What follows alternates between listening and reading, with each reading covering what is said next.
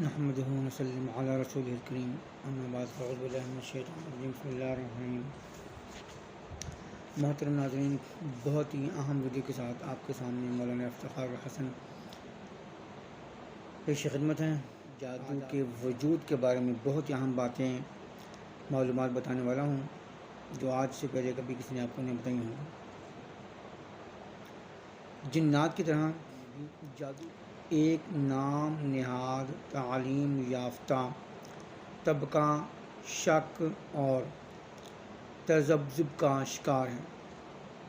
ان لوگوں کا کہنا ہے کہ یہ ممکن ہی نہیں کہ محض ایک آدمی کی کچھ پڑھنے سے یا کاغذ پر کچھ لکھنے سے آدمی کی صحت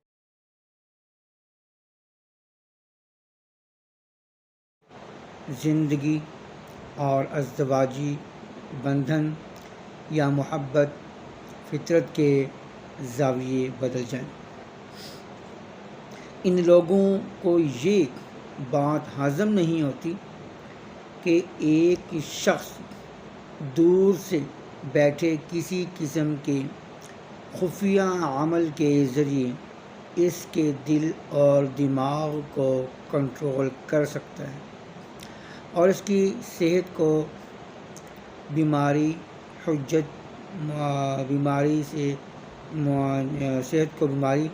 اور محبت سے نفرت، نفرت سے محبت، خوشحالی تنگ دستی اور زندگی موت سے بدل سکتا ہے۔ اب حیرت کی بات جو یہ ہے، حیرت اس بات پر ہوتی ہے کہ دین کا دم بھرنے کے کچھ دعوے دار بھی اس کا انکار میں ان عربی تعلیم کے ماروں کے ساتھ شریک ہو جاتے ہیں اور وہ اپنے انکار توحید اور توکل شرعی کے سائے تلے پالتے پوستے ہیں اور اس انکار کو دینداری سمجھتے ہیں۔ ان کا خیال ہے کہ جادو کے وجود کو تسلیم کرنا توحید الہی کے بھی منافی ہے اور توکل کے بھی منافی ہے، اس لیے اس کا انکار ایمان کا بنیادی تقاضا ہے۔ یعنی کچھ لوگ مغربی تہذیب سے متاثر ہو کر اس کا انکار کر رہے ہیں تو کچھ لوگ اسے خالص ایمانی مسئلہ سمجھ کر اپنی دانستن میں توکل اللہ اور توحید الہی پر اپنے ایمان کا مظاہرہ کرتے ہوئے اس کا انکار کرتے ہیں۔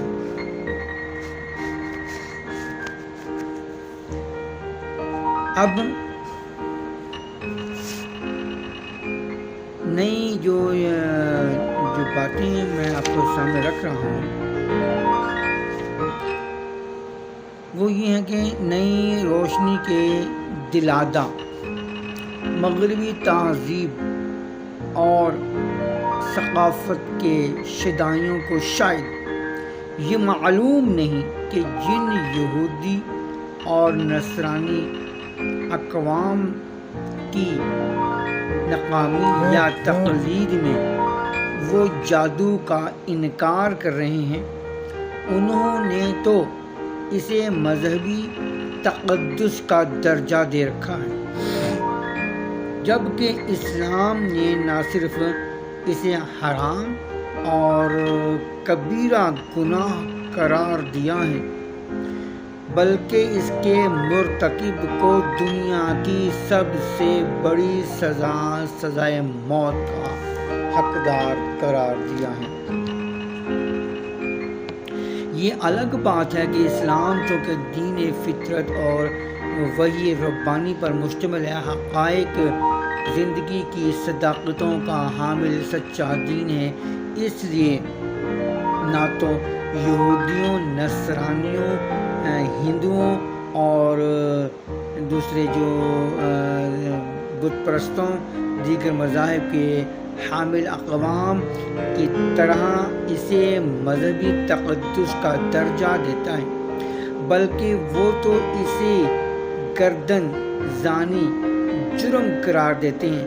نہ اس کے وجود کا انکار کرتا ہے، نہ ہی اس کی اسے گردن زدنی حرام قرار دیتا ہے۔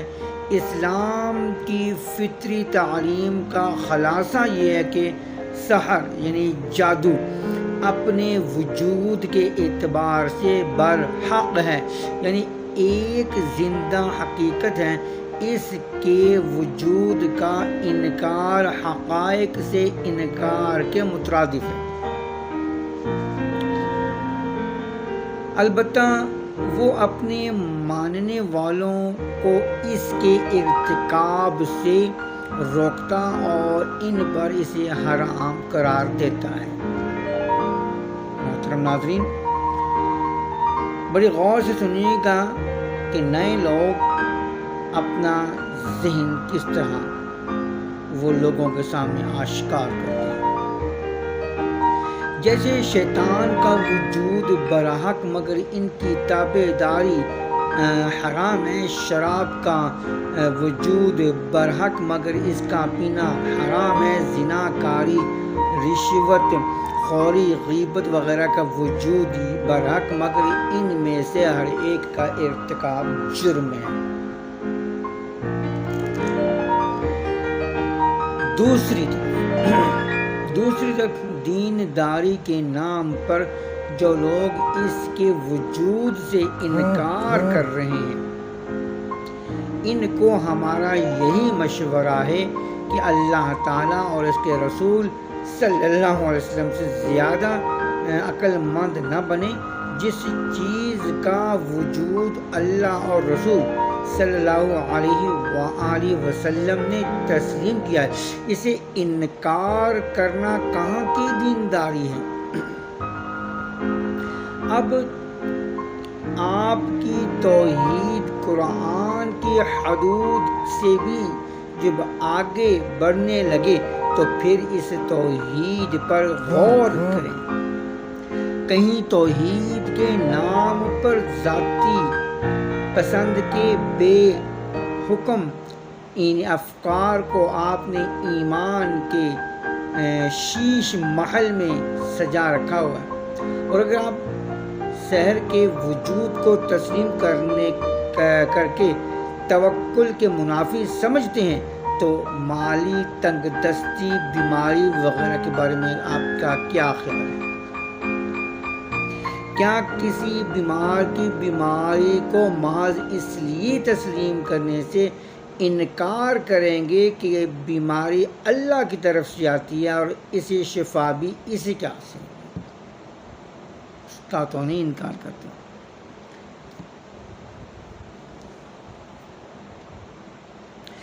یہ فلسفہ صرف جادو کے باب میں ہی کیوں انگڑائی لیتا ہے؟ ہر کام اللہ کی طرف سے ہوتا ہے، اس کا تو سب کو یقین ہے۔ کیا اللہ تعالیٰ نے خود اس کائنات کا نظام اسباب اور نتائج کے اصول پر قائم نہیں فرمایا؟ سوچوں گی بات ہے نا۔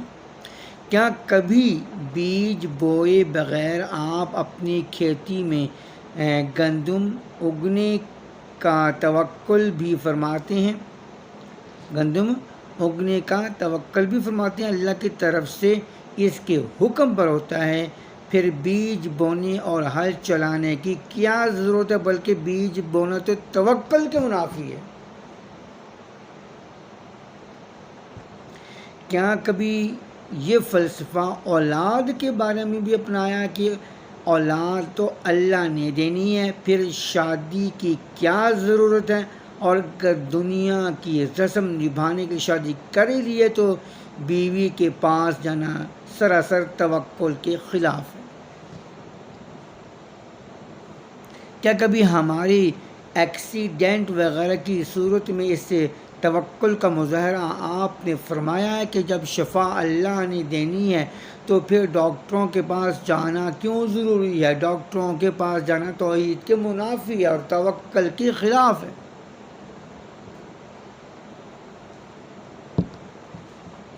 اور ہمیں معلوم ہے کہ آپ زندگی کے ان تمام شعبوں میں کبھی اس قسم کا نام نہاد توحید اور مصنوعی توکل کا مظاہرہ نہیں فرماتے۔ وہاں آپ اسباب اور نتائج کے خدائی نظام کو اللہ کا حکم سمجھ کر ان تمام مسائل اور اسباب کو بروئے کار لاتے بھی ہیں اور اسے بیان توحید توکل کے منافی بھی نہیں سمجھتے۔ پھر جادو کے باب میں ایسے مصنوعی توکل توحید کے خانہ ساز مفہوم کا سہارا لے کر قرآن حکیم کی 10 آیات رسول اکرم صلی اللہ علیہ وسلم کے 20 ارشادات سے دورگردانی کیوں کرتے ہیں؟ دانش عقل مند لوگ انصاف کا تقاضا یہ ہے کہ یا تو آپ دونوں جگہ انکار کی جو ہے اختیار کر لیں اور یا دونوں جگہ اقرار کریں کہ راستے پر اپنے راستے پر چلیں گے۔ یہ حقائق اپنی جگہ، لیکن ہم یہاں اس کا ثبوت قرآن سے پیش کرتے ہیں۔ لِيَجْعَلَكَ مَنْ هَلَكَ عَنْ بَيِّنَةٍ وَمَنْ حَيَّ مِنْ بَيِّنَةٍ، تاکہ ہلاک ہونے والے پر بھی دلیل واضح طور پر زندہ ہونے والے میں بھی جو ہے وہ عیاں ہو۔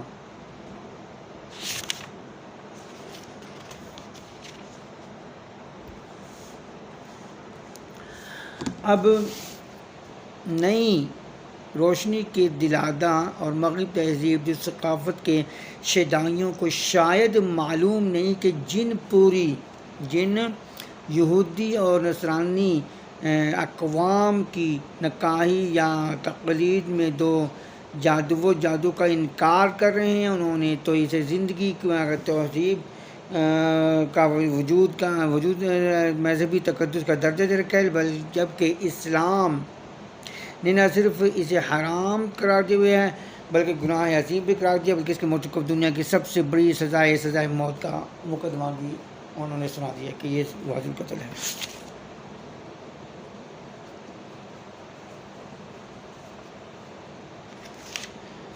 نیکسٹ ویڈیو کے ساتھ آپ سے پھر ملیں گے انشاءاللہ۔ اب تک کے لیے اجازت دیں۔ السلام علیکم ورحمۃ اللہ وبرکاتہ۔